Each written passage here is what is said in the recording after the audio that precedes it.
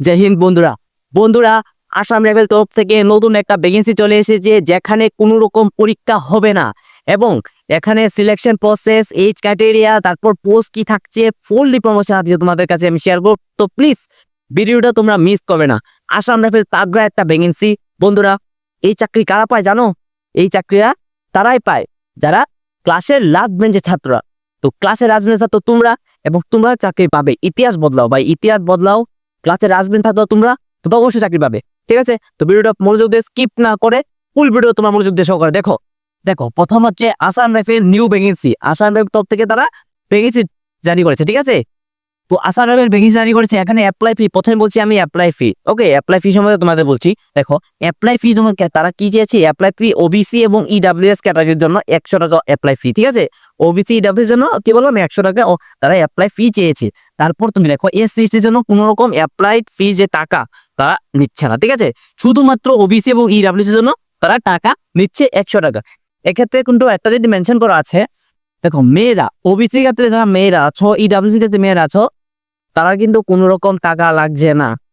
সবচেয়ে good opportunity, তোমাদের জন্য কোনো রকম টাকা লাগছে না যারা মেয়েরা অ্যাপ্লাই করবে। ওকে, কোনো রকম অ্যাপ্লাই লাগছে না।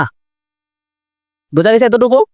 তারপর আমরা আসি কবে থেকে তোমাদের অ্যাপ্লাই ডেট শুরু হবে। দেখো, 16/8/2025, অর্থাৎ কাল থেকে তোমাদের অ্যাপ্লাই স্টার্ট শুরু হয়ে যাবে। ঠিক আছে, 16/8/2025।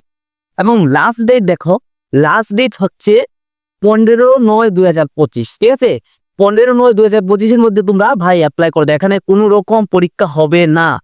আমি আবার বলছি, কোনো রকম এখানে পরীক্ষা হবে না। কোনো পরীক্ষার কোনো কোনো মেনশন করা নেই, এক্সামের কোনো প্যাটার্ন কোনো মেনশন করা নেই এখানে। ঠিক আছে, ওকে। তো দেখো, তারপর আমরা আসি এজ ক্রাইটেরিয়া। ঠিক আছে, এখানে এজ কি রাইট থাকছে? এখানে এজ দ্বারা 18 থেকে 23 বছর তোমাদের এজ লাগছে। ঠিক আছে, ওকে, 18 থেকে 23 বছর তোমাদের এজ লাগছে। তারপর এসসি জন্য তোমার কিন্তু মেনশন করা আছে, এসসি জন্য 5 বছর এজ রিলেকশন পাবে, এবং ওবিসিদের জন্য তো 3 বছর এজ রিলেকশন তোমরা পাবে। ঠিক আছে, অনেকটি গভর্নমেন্ট জব ক্ষেত্রে কিন্তু এইসব এজ রিলেকশন পাওয়া যায় না, বাট আসাম রাইফেল বলো, সিএসএফ বলো, এইসব কিন্তু মানে এজ রিলেকশন পাওয়া যায়। ঠিক আছে, এসজিডির ক্ষেত্রেও কিন্তু এজ রিলেকশন পাওয়া যায়। ওকে, ও দেখো, এটা আসাম রাইফেল ভ্যাকেন্সি পেয়েছে। তো এর আগে তো তোমাদের সিএসএফ ভ্যাকেন্সি পেয়েছে। ঠিক আছে, বিএসএফ তোমাদের চলছে। ওকে, বিএসএফ তোমাদের ভ্যাকেন্সি চলছে। ঠিক আছে, তো তোমরা যদি ভিডিওটা দেখো, আমার প্লেসে যাও, কে দেখো ভিডিওটা। তারপর তোমাদের আসি হাইট। তোমাদের হাইট কি চেয়েছে? দেখো, তোমাদের হাইট কি চেয়েছে? তোমাদের হাইট চেয়েছে 170 সেন্টিমিটার তোমাদের, মানে মেলের ক্ষেত্রে। ঠিক আছে, এবং ফিমেলের ক্ষেত্রে 157 সেন্টিমিটার।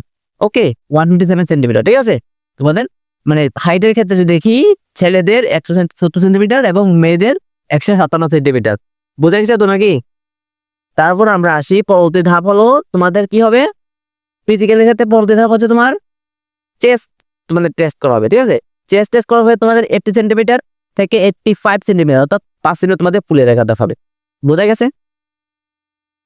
কিন্তু এখানে তোমাদের একটা ভালো জিনিস হচ্ছে, মেয়েদের কোনো তোমার চেস্ট টেস্ট নেই। ঠিক আছে, মেয়েদের কোনো টেস্ট নেই। আর কোয়ালিফিকেশন সিম্পল 10 পাস। ওকে, সিম্পল 10 পাস, কোয়ালিফিকেশন শুধুমাত্র মাধ্যমিক পাস। পাশাপাশি তোমাদের স্পোর্টস সার্টিফিকেট তোমার দরকার হবে। ঠিক আছে, তোমাদের স্পোর্টস সার্টিফিকেট দরকার হবে। স্পোর্টস সার্টিফিকেটটা কি?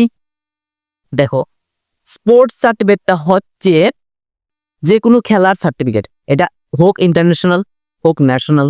ঠিক আছে, তোমাদের একটা স্পোর্টস সার্টিফিকেট তোমাদের ম্যান্ডেটরি থাকতে হবে। ঠিক আছে, এটা কিন্তু স্পোর্ট টেস্টে তোমাদের নিয়োগ করানো হবে। ঠিক আছে, এটা স্পোর্ট টেস্টে তোমাদের নিয়োগ করানো হবে। ভ্যাকেন্সি দারুণ আছে। আচ্ছা, স্পোর্ট টেস্ট যে তোমাদের আছে নিয়োগ করানো হবে, স্পোর্ট টেস্ট অনেকে বুঝে না। স্পোর্ট টেস্টটা কি, কি মানে এটা কিভাবে হয়? দেখো, অনেকে ফুটবল খেলে, অনেকে হকি খেলে, অনেকে তোমার ভলিবল খেলে, অনেক নানা রকম খেলা আছে। তো এখান থেকে যে কোনো একটা তোমাদের সার্টিফিকেট দরকার, এটা হোক ইন্টারন্যাশনাল বা ন্যাশনাল, তোমাদের একটা সার্টিফিকেট তোমার হলেই হবে। ঠিক আছে, তোমরা অ্যাপ্লিকেবল এটার জন্য। ওকে, এতটুকু বোঝা গেছে তো নাকি? দেখো, কোনো যদি ডাউট থাকে অবশ্যই আমার কমেন্ট বক্স আছে, আমাকে কমেন্ট করো। আমি প্রত্যেকটা কমেন্টের রিপ্লাই দেব। ঠিক আছে, অনেক কমেন্ট আছে, আমি রিপ্লাই দিয়েছি। ঠিক আছে, অনেক ফালতু কমেন্ট আসে ভাই, অনেক ফালতু কমেন্ট আসে। ঠিক আছে, খুব বাজে কমেন্ট আসে। ঠিক আছে, এসব আমি রিপ্লাই দেই না। দেখুন, 10+। ওকে, তুমি যদি নোটিফিকেশন চাও অবশ্যই তোমাকে SMS করবে, ডাইরেক্ট ফোন করবে না, 9863580873 এই নাম্বার তোমার আমাকে SMS করবে, আমি নোটিফিকেশন পাঠিয়ে দিব, ঠিক আছে? এটা তো চিন্তা করবে না। এখানে যে তোমাদের এই স্টার্টিং স্যালারি বুঝো, স্যালারি স্যালারি তোমাদের জিডি স্যালারি থাকছে 21,700 থেকে 80,100। ওকে, এটা তোমাদের জিডি স্যালারি থাকছে, ঠিক আছে?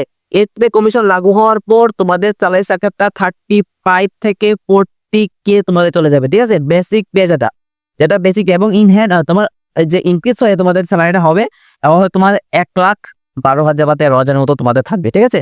বা ফাইনাল যে স্যালারিটা, বোঝা গেল? তো ডাউট তো ক্লিয়ার নাকি? যদি ভিডিওটা ভালো লাগে অবশ্যই তোমরা লাইক করতে ভুলবে না, ঠিক আছে? লাইক করো ভাই, লাইক করলে নিজে সাহস যোগায়, কিন্তু ভিডিও করতে তোমার ভালো লাগে লাইক করলে, ঠিক আছে? তো প্লিজ লাইক করবা এবং যদি তোমরা নতুন হয়ে থাকো প্লিজ চ্যানেলটা সাবস্ক্রাইব করে রাখবা এবং শেয়ার করবা, বন্ধুদের সাথে শেয়ার করবা। তো দেখা হচ্ছে পরবর্তী ভিডিওতে নতুন কোনো আপডেটের সাথে। জয় হিন্দ, বন্দে মা।